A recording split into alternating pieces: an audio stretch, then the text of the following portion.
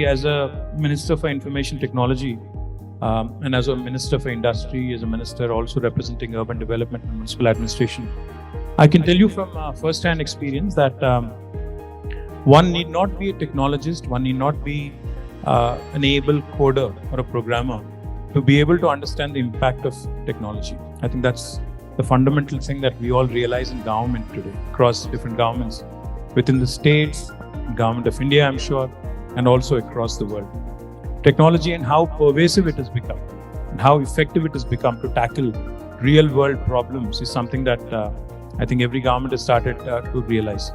When I talk to our Hon'ble Chief Minister, when we tell him about all the cool emerging technologies, all the cool work that is being done in prestigious institutions like the IIIT Hyderabad, he only has one comeback and one question.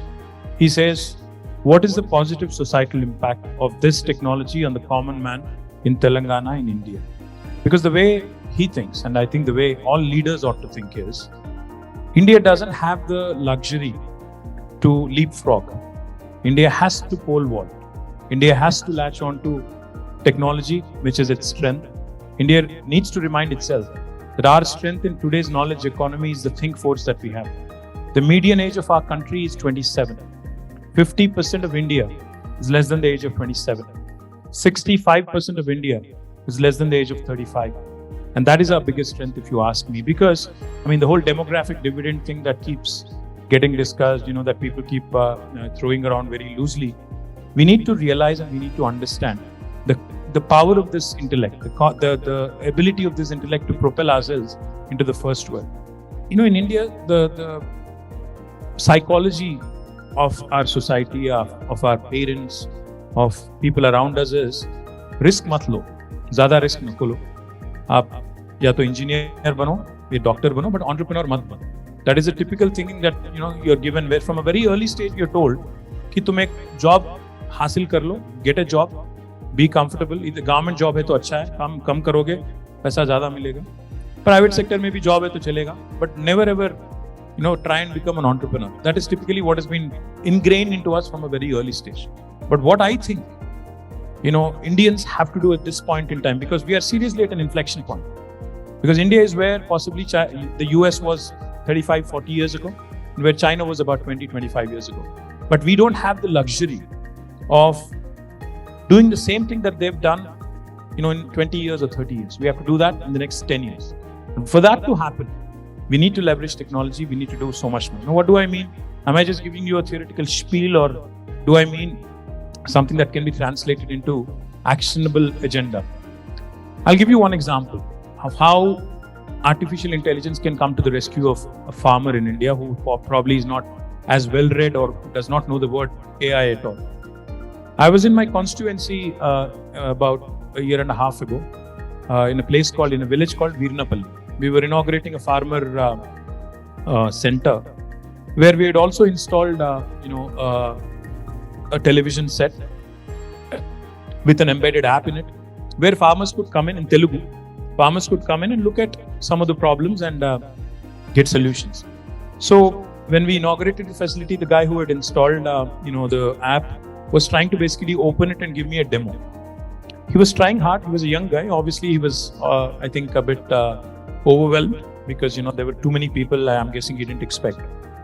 So when he was trying very hard to go to the right kind of window and give me the right kind of answer, there was a farmer who was also with us, maybe 40, 45 years, probably not very well educated. Maybe he's done some education, but he's not somebody who would be able to write a piece of code or who understands AI, etc. So he ended up guiding that guy, the gentleman who actually was from the product company. The farmer kept telling him, नहीं वहाँ मत जाओ, इधर जाओ, उस drop down, go into that drop down, click on there and do that, open this, etc, etc. So I was amazed. I said, how do you know this? He said, sir, ये लोग install करके 1 महीना हो गया. We've started using it also. Soft launch has happened. I have started using it. I like it. All I know is one thing. If in my cotton crop, if there is a problem, I just need to click the picture of the leaf, come here and give it to this guy. He'll put it in the app and he'll give me the exact solution. What is the problem? What needs to be done?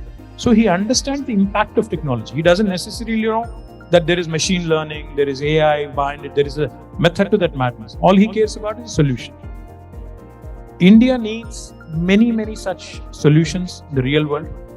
We need to understand how artificial intelligence can be used to come out with agriculture innovation.